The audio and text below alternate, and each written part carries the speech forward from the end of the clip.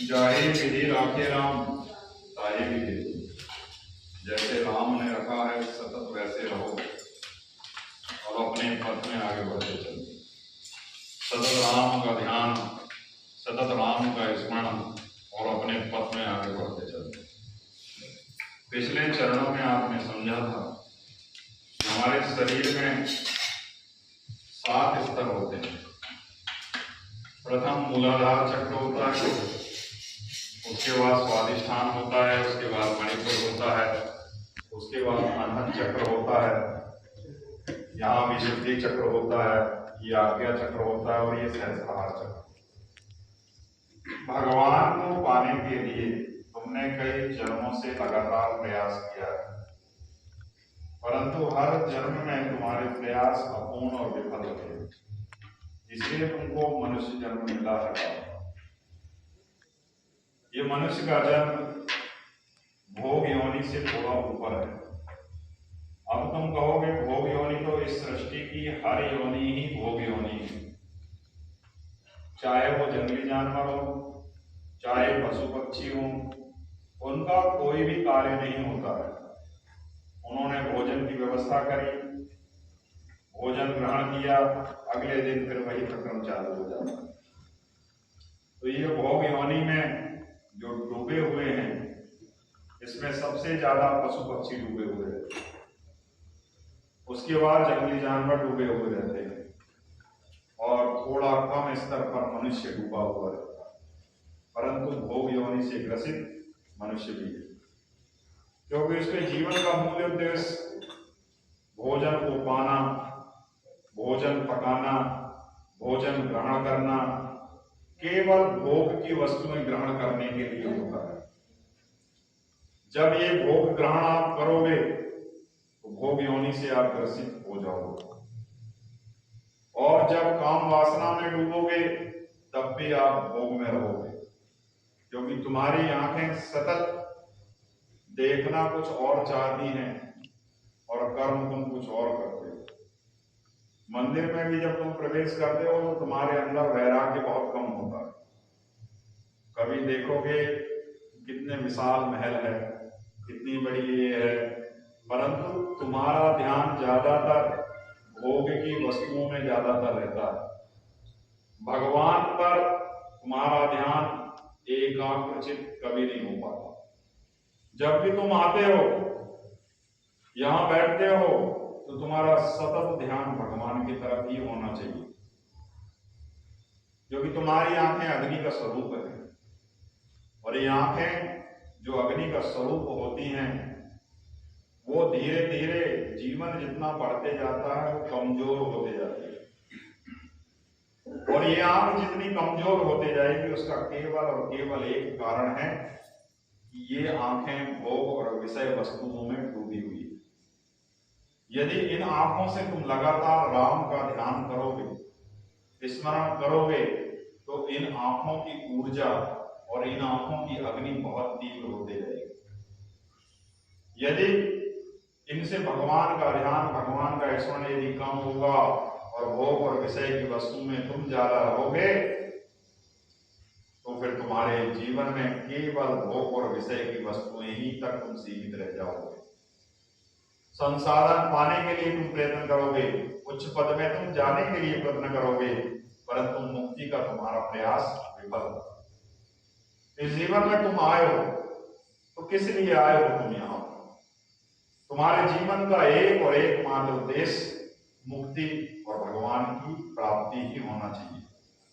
तो पिछले चरण में हम आपको बार बार बता रहे थे कुछ चीजों के विषय में कि तुम्हारे अंदर 2 सुर चलते हैं, एक सूर्य स्वर और दूसरा चंद्र स्वर, एक दाहिनी नाक और एक बाईं नाक।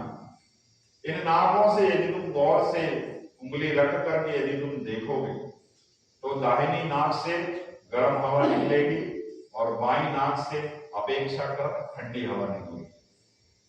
इसलिए इसको सूर्य स्वर कहा गया है और इसको चंद्र स्वर कहा गया। जब इससे सूर्य स्वर ये चलेगा तो तुम्हारे शरीर के अंदर गर्माहट पैदा होगी, और जब इससे चंद्र स्वर चलेगा तो तुम्हारे शरीर के अंदर शीतलता पैदा होती है। अर्थात जैसे पृथ्वी को तुम देखते हो, पृथ्वी में यदि सुबह 5 बजे 6 बजे से तुम देखोगे तो शाम के 6 बजे तक गर्माहट रहती है, सूर्य की सीधी किरण तुम तक पड़ती है, परंतु शाम के 6 से सुबह के 6 के बीच फिर अंधेरा रहता है। अर्थात तुम्हारी पृथ्वी वही जो गर्म थी अब वहां शीतलता रहती है। यदि ये शीतलता और गर्माहट यदि अंतराल में ना हो तो पृथ्वी जल के राख हो जाएगी, तुम्हारा शरीर भी जल के राख हो जाएगा, तुम्हारा शरीर भी इसी तरह से तप करके आग में जलने लगेगा। अब आप देखें, दाहिनी नाक से सूर्य स्वर चलता है, बाएं नाक से चंद्र स्वर चलता है। अब तुम बीमार होते हो तो तुमको कैसे पता चलेगा? यदि तुम्हारा सूर्य स्वर ज्यादा चलने लगे तो तुम्हारे शरीर के अंदर गर्मी पैदा हो जाएगी, तुम्हारे शरीर के अंदर तापक्रम बढ़ जाएगा, और जब तापक्रम बढ़ेगा तो तुमको क्या लगेगा? मुझे बुखार आ गया। और बढ़ेगा तो तुम्हारा प्राणांत हो सकता है। यदि तुम्हारे शरीर का टेम्परेचर 104 डिग्री से ज्यादा बढ़ जाए तो तुम्हारे शरीर से प्राण बाहर निकल जाएंगे। इसी तरह से यदि चंद्र स्वर ज्यादा चल गया तुम्हारे अंदर तो तुम्हारे अंदर ठंडक ज्यादा बढ़ जाएगी, तुम्हारा शरीर शीतल होने लगेगा, तुम्हारा शरीर जरूरत से ज्यादा ठंडा होने लगेगा तो भी प्राणों का अंत हो जाएगा।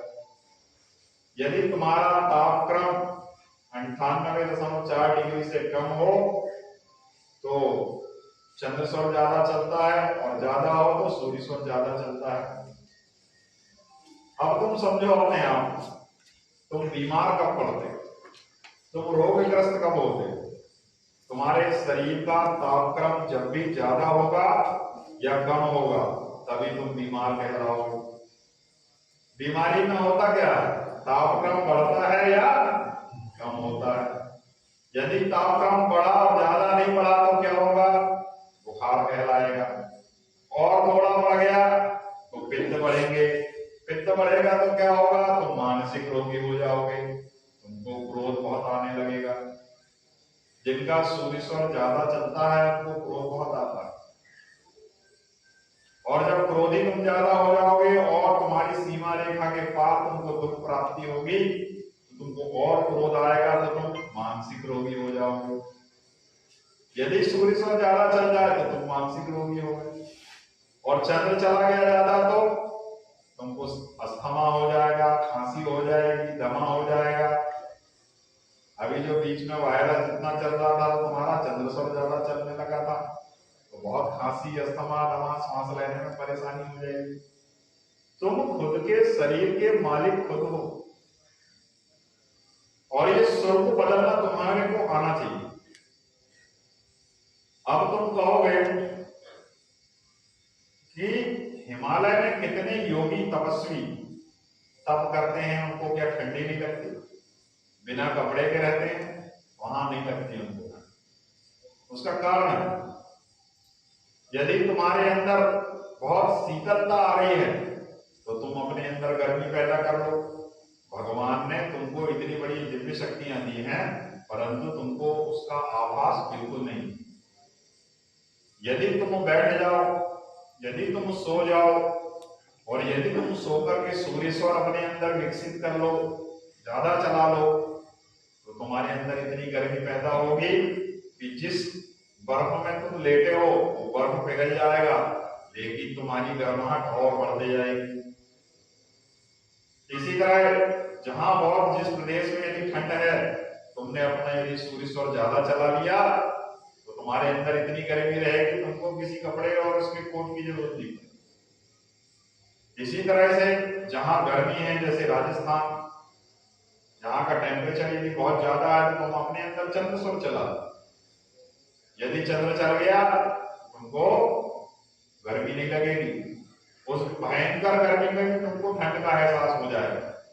मैं तुमको जो बता रहा हूं वो विज्ञान के परे चीजें हैं, वेदों और पुराणों में निहित है ये चीजें।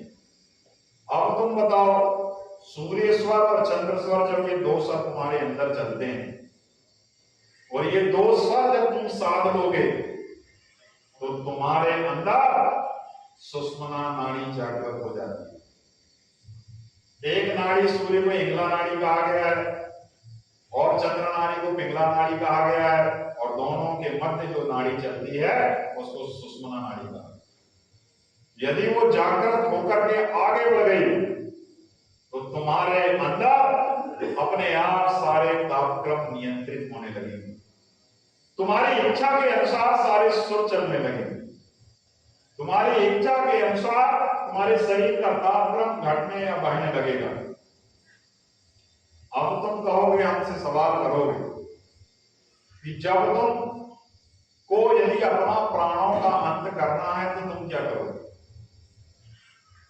पुराने समय में ऋषि और मुनि अपनी इच्छा से प्राण छोड़ते थे, वो जब तक जीवित रहना चाहते थे वो तब तक रह सकते। मैं आपको अमर होने का भी एक रहस्य बता देता हूं और इस शरीर से जाने का भी रास्ता बता देता हूं, परंतु ध्यान रहे, इस शरीर को यदि छोड़ना हो तो तभी छोड़ना जब तुम खुश हो, तुम्हारे अंदर वैभव हो, तुम अत्यंत प्रसन्न हो, क्योंकि दुख की स्थिति